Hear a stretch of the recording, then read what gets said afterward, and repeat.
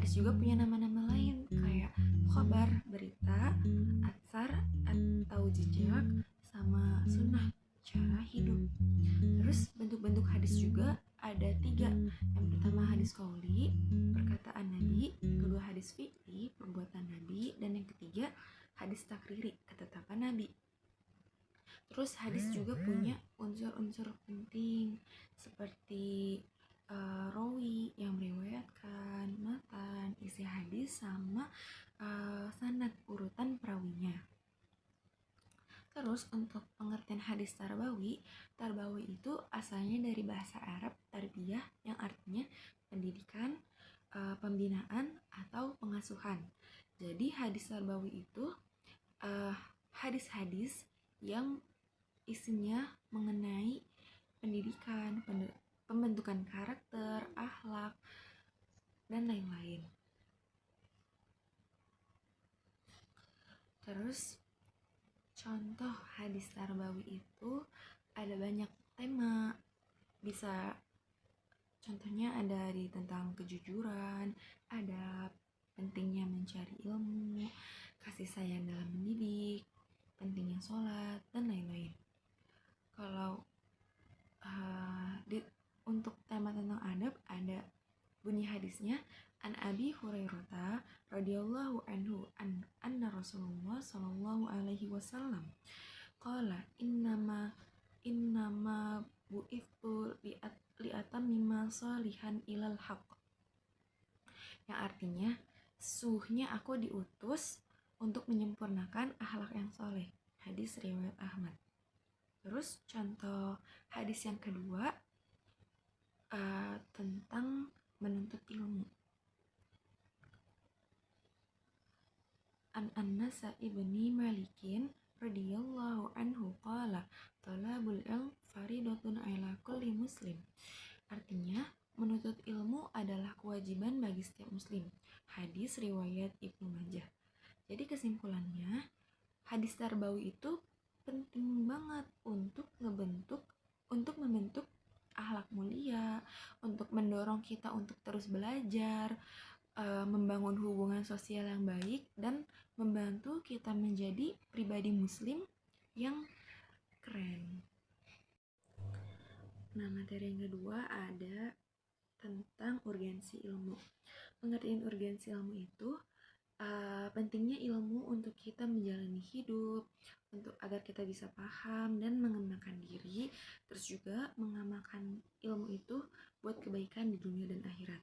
Ilmu itu dasar dari semua hal dalam hidup, baik agama, sosial, ekonomi, maupun teknologi. Dalam Islam, ilmu itu penting karena jadi kunci untuk melakukan perintah Allah dengan benar. Terus dalil ayat Al-Quran tentang urgensi ilmu itu ada di Quran surat Al-Mujadalah ayat 11. Di ayat itu Allah bilang kalau Allah akan mengangkat derajat orang-orang yang beriman dan orang-orang yang punya ilmu, orang-orang yang berilmu. Selanjutnya, keutamaan orang yang berilmu itu mereka istimewa karena orang-orang yang berilmu itu punya kedudukan yang tinggi dan mereka juga dihormati baik di agama maupun di dunia. Dalam Islam, orang yang berilmu itu lebih mulia daripada orang yang gak punya ilmu, karena ilmu itu bisa menuntun kita ke jalan yang benar. Contoh hadisnya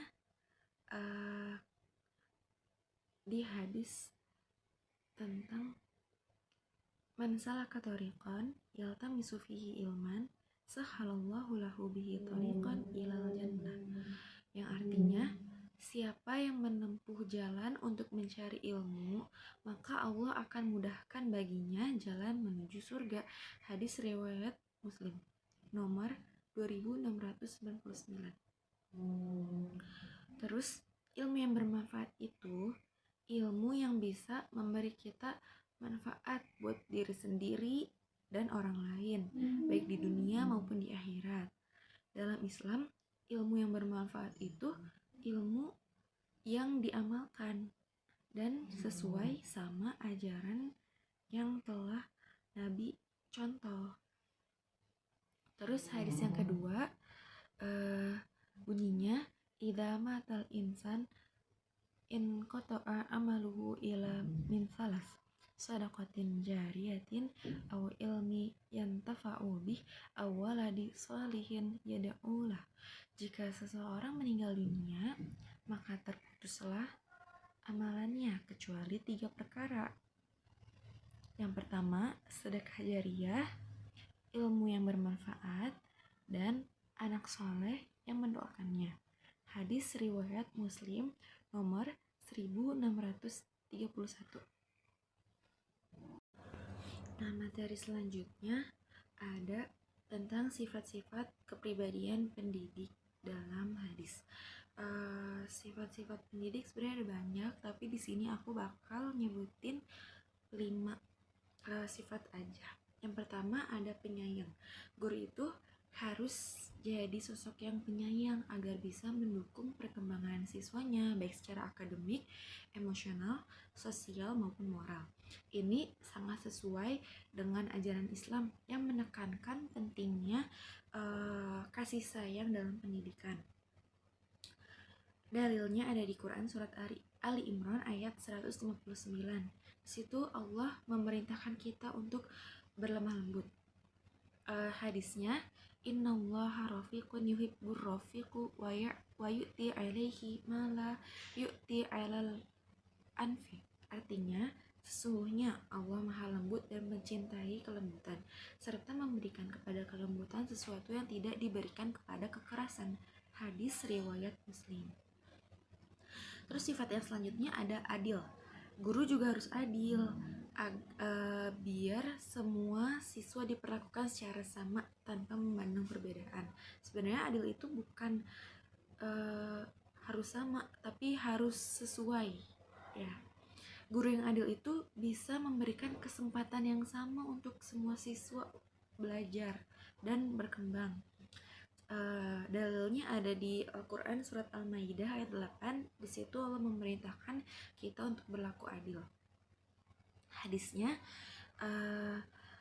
bunyinya ittaqillah wa'dilu baina auladikum. Artinya bertakwalah pada Allah, bersikap adillah terhadap anak-anak, muttafaqun alaih. Terus yang selanjutnya, sifat yang ketiga adalah penyabar. Sabar itu sangat penting untuk guru atau pendidik dan sabar juga itu gak cuman menahan amarah, tapi sabar dalam menghadapi perbedaan siswa, proses belajar, dan tantangan-tantangan lain dalam mendidik setiap siswanya. Dalilnya ada di Quran surat Al-Baqarah ayat 153. Di sana Allah memerintahkan kita untuk bersabar dan menjadikan sholat sebagai penolong kita. Hadisnya itu waman yastaghfif yu'ifuhullah waman yastaghni yu'nihillah waman yatasabbar yasabbiruhullah waman utiya ahadun atau an khairon wa awsa'a minas sabr. Artinya, barang siapa yang berusaha menjaga diri, maka Allah menjaganya. Barang siapa yang berusaha merasa cukup, maka Allah akan mencukupinya. Barang siapa yang berusaha bersabar, maka Allah akan menjadikannya bisa bersabar, dan tidak ada seorang pun yang dianugerahi sesuatu yang melebihi kesabaran. Hadis riwayat Bukhari nomor 1469. Yang selanjutnya, sifat pendidik itu ada jujur. Guru atau pendidik harus jujur dalam segala hal, baik perkataan, perbuatan, maupun niat. Jujur dalam perkataan itu artinya berbicara yang benar. Jujur dalam niat itu ngelakuin sesuatu karena Allah. Dalilnya itu ada di Al-Quran surat Al-Ahzab ayat 70. Di sana Allah memerintahkan kita untuk berbicara yang sesuai. Terus sifat yang selanjutnya itu ada berpengetahuan luas. Guru harus punya wawasan yang luas, nggak cuma pengetahuan di bidangnya aja, tapi pengetahuan umum juga mereka harus tahu. Ini penting agar guru bisa memberikan pandangan atau perspektif yang luas ke siswanya. Contoh hadisnya itu yang artinya menuntut ilmu itu wajib bagi setiap muslim. Hadis riwayat Ibnu Majah nomor 224. Dan yang selanjutnya itu ada tegas. Tegas itu nggak berarti galak, tapi guru harus bisa mendisiplinkan dan nerapin aturan dengan konsisten. Dengan tegas, guru bisa mengajarkan siswa tentang tanggung jawab dan kedisiplinan. Contoh hadisnya yang artinya, perintahkanlah anak-anak kalian untuk sholat ketika mereka berusia 7 tahun dan pukullah mereka dengan pukulan yang tidak menyakiti jika mereka tidak melaksanakannya saat berusia 10 tahun, serta pisahkanlah tempat tidur mereka. Hadis riwayat Abu Daud.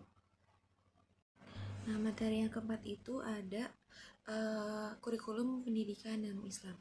Kurikulum dalam pendidikan Islam itu namanya manhaj, yaitu jalan yang dilalui guru dan siswa untuk mengembangkan pengetahuan, keterampilan, dan sikap. Kurikulum yang baik itu yang terintegrasi dan komprehensif serta menjadikan Al-Quran dan hadis sebagai sumber utama. Al-Quran dan hadis itu kerangka dalam kurikulum pendidikan Islam yang isinya ada tauhid dan perintah berbuat baik lainnya. Terus kurikulum dalam Islam itu harus berlandaskan akidah Islam. Tujuannya agar siswa menjadi muslim yang sempurna, cerdas, dan paham tujuan pendidikan. Hadis itu pondasi penting dalam kurikulum pendidikan Islam. Kurikulum dalam studi hadis terbawi itu isinya ada nilai, budaya, karakter, prinsip, dan ajaran-ajaran yang telah disampaikan dan dicontohkan oleh Nabi Muhammad SAW. Contoh hadisnya itu ada Ad-dabani Rabbi fa'ahsana ta'dibi. Tuhanku telah mendiriku, maka ia sempurnakan pendidikanku. Terus contoh hadis yang kedua ada wa ana Aisyata anan nabiyullah sallallahu alaihi wasallam qala yuhibbu idza amala ahadikum an amalan yataqani. Dari Aisyah bahwa Nabi sallallahu alaihi wasallam bersabda, sesungguhnya Allah suka jika seorang mengerjakan sesuatu pekerjaan dengan baik dan yakin atau profesional.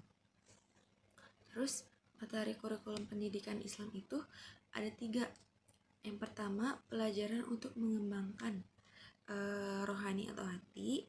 Yang kedua, ada pelajaran tentang tuntunan cara hidup. Yang ketiga, ada pelajaran ilmiah yang mendorong rasa ingin tahu seperti sains dan lain-lain. Yang selanjutnya, materi kelima ada tentang metode pembelajaran dalam hadis. Metode pembelajaran dalam hadis itu ada banyak, tapi di sini saya akan menyampaikan 3 aja. Yang pertama ada metode dialog dan tanya jawab atau hiwar. Yang kedua ada metode kisah atau cerita, dan yang ketiga ada metode amaliyah atau praktik langsung. Nah, metode dialog atau tanya jawab ini metode yang mengedepankan interaksi antara guru dan murid. Nabi Muhammad SAW sering mengajukan pertanyaan ke sahabat untuk menggugah rasa ingin tahu mereka. Contoh hadisnya itu tentang ya Mu'ad tadri haqqalillah 'alal ibad wa man haqqa ibadi 'alallah. Wahai Mu'ad, tahukah engkau apa hak Allah atas hambanya dan hak hamba atas Allah? Hadis riwayat Bukhari dan Muslim. Terus yang selanjutnya ada metode kisah atau cerita. Metode ini sangat efektif untuk menyampaikan ajaran Islam. Nabi Muhammad sering menceritakan kisah-kisah yang isinya ada pesan moral dan edukatifnya. Contoh kisahnya itu tentang 3 orang yang terjebak di gua.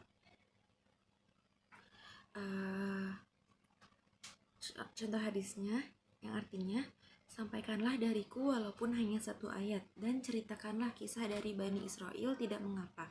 Namun, siapa yang secara sengaja berdusta atas namaku, maka hendaklah ia menempati tempat duduknya di neraka. Hadis riwayat Bukhari. Yang selanjutnya ada metode praktik langsung atau amaliyah.